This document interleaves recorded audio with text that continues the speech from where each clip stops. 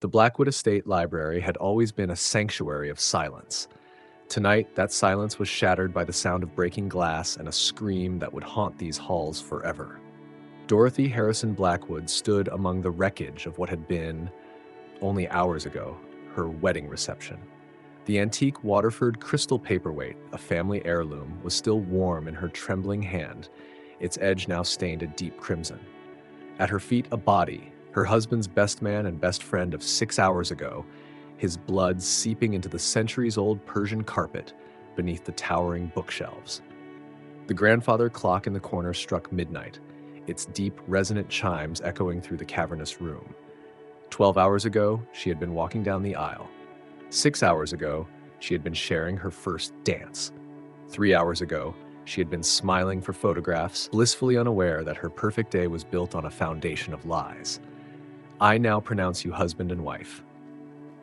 The words echoed mockingly in her mind as she watched the pool of blood grow larger, merging like the lives of the 3 people who had stepped into this room.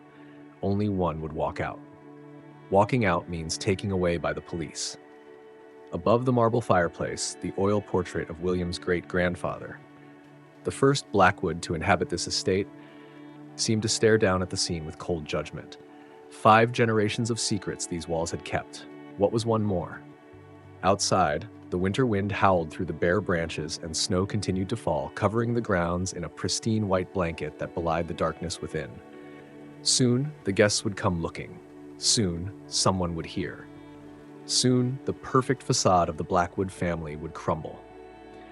But for now, Dorothy stood motionless, her wedding ring catching the firelight as she gripped the bloodied paperweight.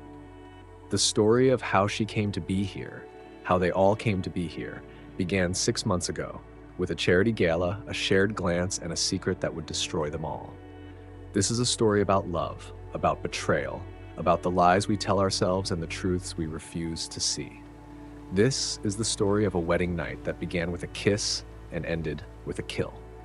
Let me take you back to where it all began. 6 hours earlier. Dawn broke over the Blackwood Estate, its first pale rays catching the freshly fallen snow that blanketed the sprawling grounds. The imposing Georgian mansion, built in 1842 by William's great-great-grandfather, rose from the winter landscape like a monument to old money and older secrets. Its red brick facade, weathered by nearly 2 centuries of New England winters, stood in stark contrast to the pristine white that surrounded it. The long, curved driveway that led to the main entrance was already being cleared by groundskeepers, their breath visible in the crisp morning air as they prepared for the arrival of Boston's elite. The estate had hosted countless society events over the generations, but a Blackwood wedding was different. A Blackwood wedding was history in the making. Inside the East Wing's master suite, William Blackwood VI, also known as Will as friends call him, stood at the window, watching the preparations below. At 34, he cut an impressive figure, tall and athletic, with the sharp features and steel blue eyes that had characterized Blackwood men for generations. The morning light cast shadows across his face, highlighting the tension in his jaw, the slight furrow between his brows. "Your father called. Again." Henry's voice came from the doorway, carrying a warmth that had nothing to do with the crackling fireplace. "Something about the pocket watch ceremony?" Will didn't turn from the window. "He's been carrying that watch all week, waiting for the perfect moment to remind me of my duties to the Blackwood name." His reflection showed the ghost of a bitter smile. "As if I could forget." Henry Montgomery moved into the room, his presence immediately filling the space in a way that went beyond his physical form. At 35, he carried himself with the quiet confidence of someone comfortable in their own skin, a trait that had drawn Will to him since their first meeting at Phillips Academy 20 years ago. His dark hair was already perfectly styled for the ceremony, his morning suit impeccable, every inch the proper best man. "Your bow tie is crooked," Henry observed, closing the distance between them. The carpet muffled his footsteps, but Will could feel him approaching, like static electricity before a storm. It always is. Will finally turned, and for a moment they stood too close, the morning light painting them in shades of gold and shadow. Henry's fingers moved to Will's collar, adjusting the tie with a familiarity born of years of such moments. "Do you remember?" Henry began, his voice low. Senior year at Princeton, the night before graduation? Don't. Will's voice was barely a whisper. Not today. The grandfather clock in the hallway chimed 7 times, its deep resonance echoing through the mansion's corridors. The sound seemed to break whatever spell had fallen over the room, and Henry stepped back, his hands dropping to his sides. Your mother has the schedule planned down to the minute, Henry said, his tone deliberately lighter. The photographer wants to start with family portraits at 8. Your sister Claire is already having a meltdown about her hair, and your cousin Michael is threatening to break out the scotch before breakfast. Will nodded, turning back to the window. Below, more staff had appeared, carrying chairs and flowers, transforming the snow-covered garden into what would soon be the reception area. The tent company was setting up heated pavilions, their white canopies blending with the snow. Did you know, Will said suddenly, that every Blackwood wedding since 1842 has taken place on this estate? My father has all the photographs in his study, a perfect unbroken line of perfect Blackwood unions. He pressed his palm against the cold glass. The prodigal son carrying on the family tradition. Henry moved to stand beside him, their shoulders not quite touching. Will. Mr. William? A knock at the door interrupted whatever Henry had been about to say. Your father requests your presence in the study, sir, for the watch ceremony. Will straightened, adjusting his cuffs, a nervous habit he'd had since childhood. In the reflection of the window, he watched himself transform, shoulders back, chin up, the mask of the perfect Blackwood air sliding into place. Duty calls, he said, with a smile that didn't reach his eyes. Henry watched him go, remaining at the window long after Will had left. Below, the estate continued its transformation, each detail falling perfectly into place. Everything exactly as it should be. Everything except the truth that lay buried beneath the snow. The clock chimed again, marking another hour closer to the ceremony. In the distance, the first cars began to appear, making their way up the freshly cleared driveway. The performance was about to begin, and like the snow outside, some things were better left undisturbed. The study door closed behind Will with a heavy finality. As he crossed the thick Persian carpet toward his father's desk, memories washed over him, as insistent as the morning light streaming through the leaded glass windows. His fingers brushed against the cool silk of his bow tie, the same one Henry had just adjusted. And suddenly he was transported back to another September morning, 20 years ago. The crisp autumn air at Phillips Academy had carried the scent of possibility that day. While other students clustered in nervous groups, Will had noticed a solitary figure under an old oak tree, completely absorbed in a worn copy of The Great Gatsby. Something about the boy's quiet self-possession had drawn Will in, made him momentarily forget the weight of the Blackwood name he carried like an invisible crown. Interesting choice, Will had said, nodding to the book. The boy, Henry Montgomery, had looked up with a slight smile that would become wonderfully familiar over the years. Most people read it as a love story, Will had continued. Most people missed the point entirely. Henry had shifted, making room under the tree. It's about the lies we tell ourselves about who we are. That conversation sparked something neither boy could have predicted. A friendship that would carry them through prep school, through Princeton, through all the carefully orchestrated steps of their predetermined paths. Henry, the brilliant scholarship student with a gift for literature, and Will, the Blackwood heir with the perfect pedigree, an unlikely pair that somehow made perfect sense. The memories shifted like leaves in the wind, settling on that fateful week in London 6 months ago. The merger between Blackwood Holdings and the British firm had brought Will across the Atlantic. Henry, now a respected professor of English literature at Boston University, had been invited to give a series of lectures at Oxford. Their paths crossing had seemed like fate. They'd spent their evenings in quiet pubs away from the prestigious events and networking dinners that filled Will's schedule.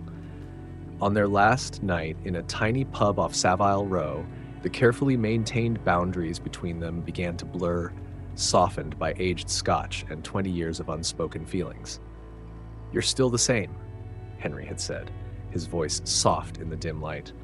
"Under all those perfect suits and board meetings, you're still that boy who could quote entire passages of Fitzgerald." The amber lights had caught the flecks of gold in Henry's eyes as Will responded, "And you're still the only person who's ever really seen me." The kiss, when it happened, felt both inevitable and impossible.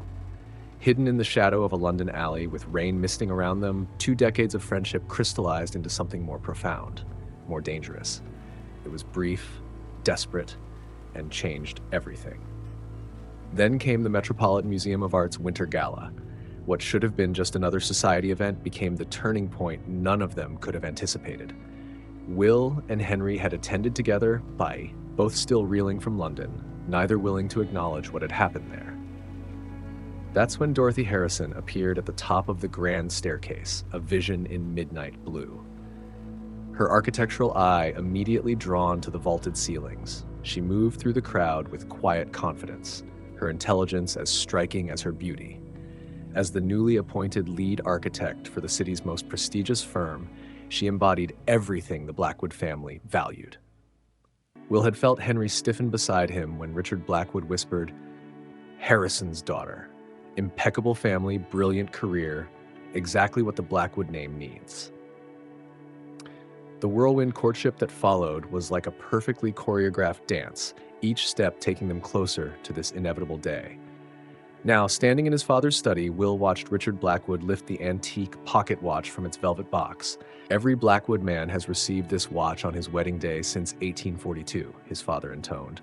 "It represents our legacy, our commitment to tradition and excellence." Will stepped forward to receive it, feeling the weight of generations in his palm. Through the study window, he could see Henry in the garden below, helping with the final preparations. Their eyes met briefly across the distance, and in that moment, the watch felt heavier than ever. The grandfather clock struck 8, its chimes echoing through the mansion. In less than 4 hours, he would make vows that would bind him to Dorothy, to the Blackwood name, to the life that had been planned for him since birth, and Henry would stand beside him, holding a different kind of weight. The Blackwood Estate had transformed into a winter wonderland by midday. Rows of white chairs lined the snow-dusted garden, forming an aisle adorned with garlands of evergreen and white roses. Guests, wrapped in elegant coats and scarves, shuffled into their seats, their breath visible in the frigid air. A string quartet played a soft melody, the notes drifting up into the pale winter sky. Will stood at the altar, his back straight, his hands clasped in front of him. His perfectly tailored tuxedo felt suffocating despite the cold. Beside him, Henry adjusted his cufflinks, an almost imperceptible fidget that betrayed his usual calm. They exchanged a brief glance, a silent conversation carried out in the space of a heartbeat. "Are you ready?" Henry's eyes seemed to ask. Will's jaw tightened. "Does it matter?" The murmur of the crowd faded as Richard Blackwood rose from his seat, his presence commanding immediate silence. Dressed in a black wool coat that barely concealed his tailored suit, he nodded approvingly at his son. Will felt the weight of that nod, the unspoken expectation behind it. Everything had to be perfect today, for the Blackwood name, for the family legacy. The string quartet shifted to a familiar tune, signaling Dorothy's arrival. All heads turned toward the grand French doors at the edge of the garden. They swung open slowly, revealing Dorothy Harrison in a gown that shimmered like fresh snow. The dress, a masterpiece of silk and lace, hugged her figure before cascading into a dramatic train. Her dark hair was swept into an elegant chignon, her veil framing a face that radiated joy and confidence. Will's breath caught, but not for the reasons it should have. She was beautiful, yes, stunning even, but the lump in his throat came from a different emotion. Guilt, the kind that settled deep and refused to let go. Dorothy met his gaze as she stepped onto the aisle, her smile warm and genuine. She clutched a bouquet of white roses and evergreen sprigs, the colors mirroring the decor. Her father, a tall man with a stern expression softened only by pride, walked beside her, his hand steady on her arm. Henry shifted beside Will, drawing his attention. For a moment, Will saw the pain etched into Henry's features, quickly masked by a neutral expression. Henry's role as best man required composure, but Will could see the cracks forming. The silent tension between them was like an electric current, unseen but undeniably present. As Dorothy reached the altar, her father placed her hand in Will's with a solemn nod. The contact sent a jolt through Will.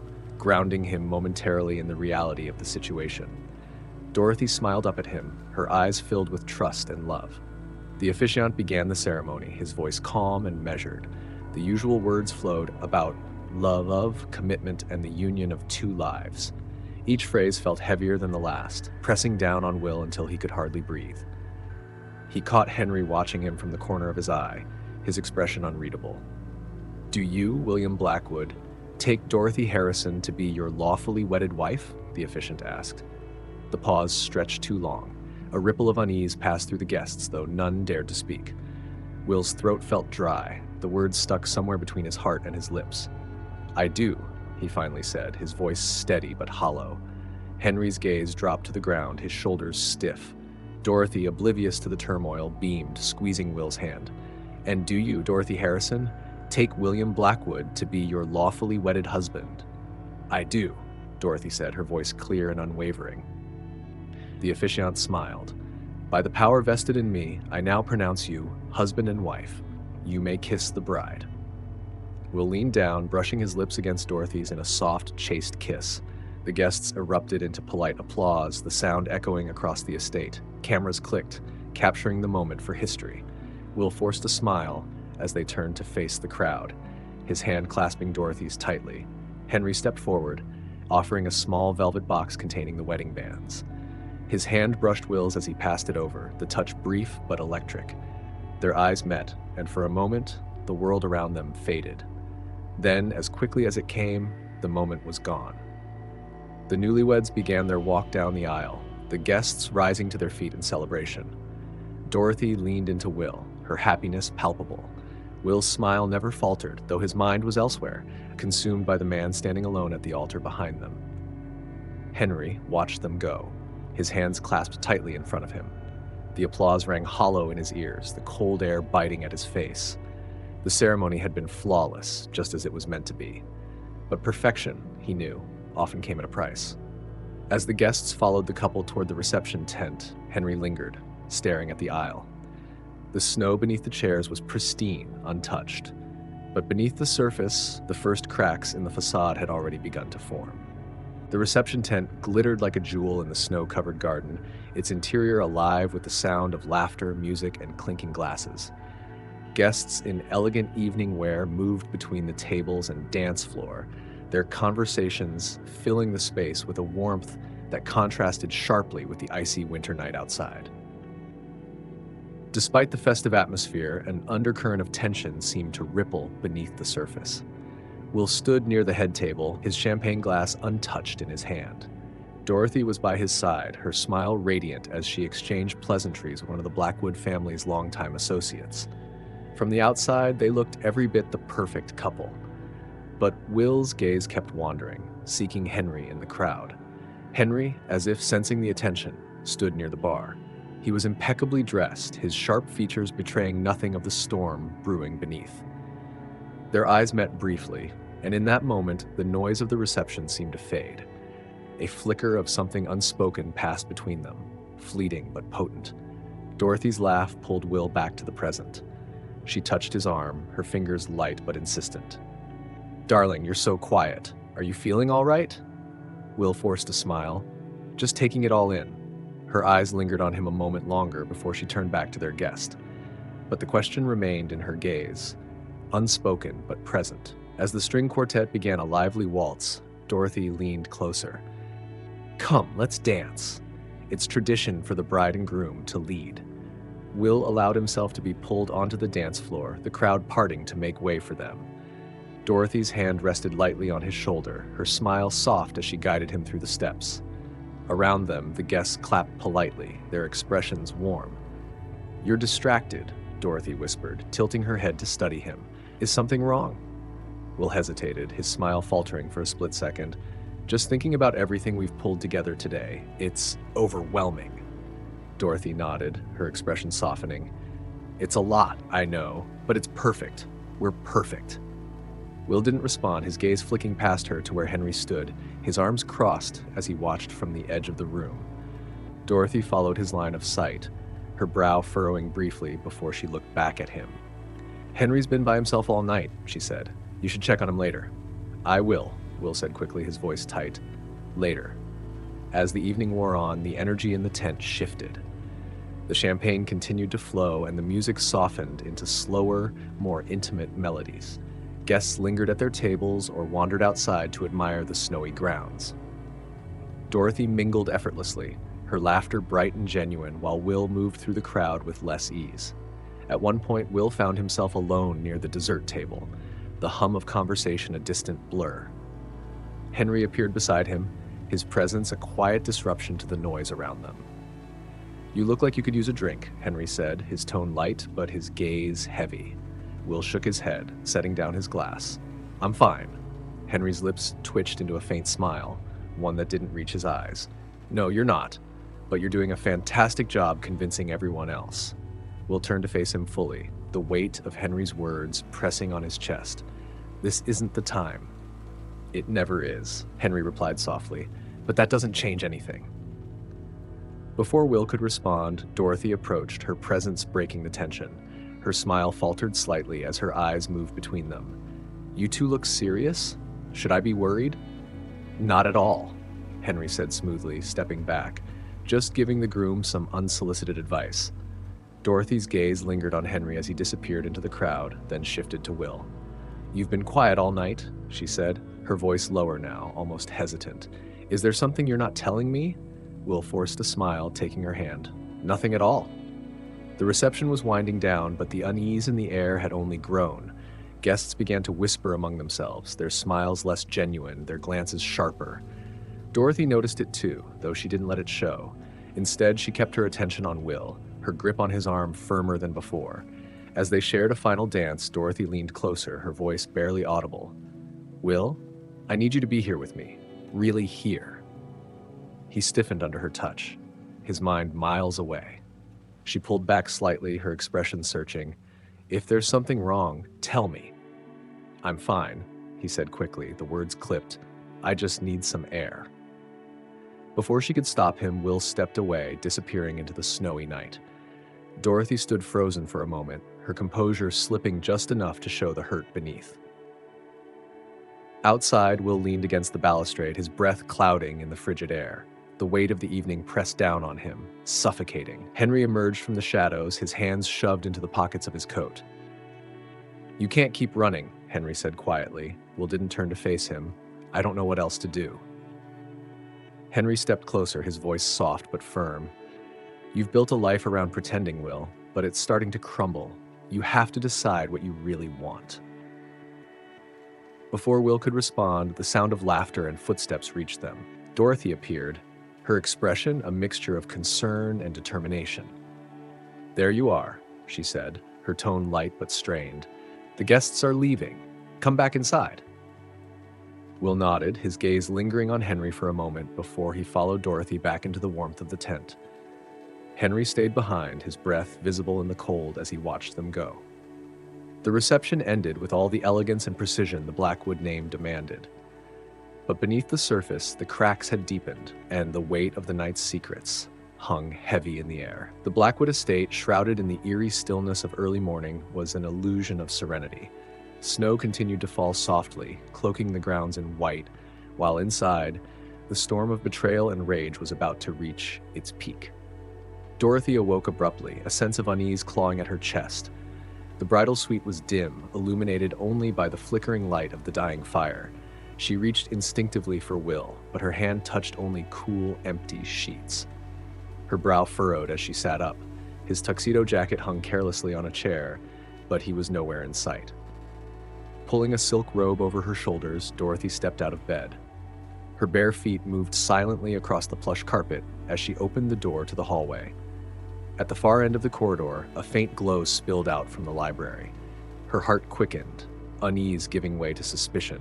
She moved closer, her steps hesitant but deliberate, the sound of her breath loud in the stillness. Inside the library, Will stood by the fireplace, his back to the door. Henry was seated on the edge of the leather couch, his posture tense, his face a mask of conflicted emotions. "I couldn't stay in there," Will muttered, his voice low but tight. "It felt wrong, all of it." Henry leaned forward, his elbows on his knees. "And this feels right? Sneaking out of bed on your wedding night to find me?" Will turned to face him, his expression raw. "You're the only thing that's ever felt right, Henry. You're the only person who's ever understood me." The door creaked open and they both froze. Dorothy stood in the doorway, her expression a mixture of disbelief, fury, and devastation. "Will?" Her voice was sharp, brittle. Will's eyes widened and he took a step toward her. "Dorothy, I can explain." "Explain?" Her voice cracked, her anger bubbling to the surface. "Explain what exactly? Why my husband is here with his best man instead of in bed with me?"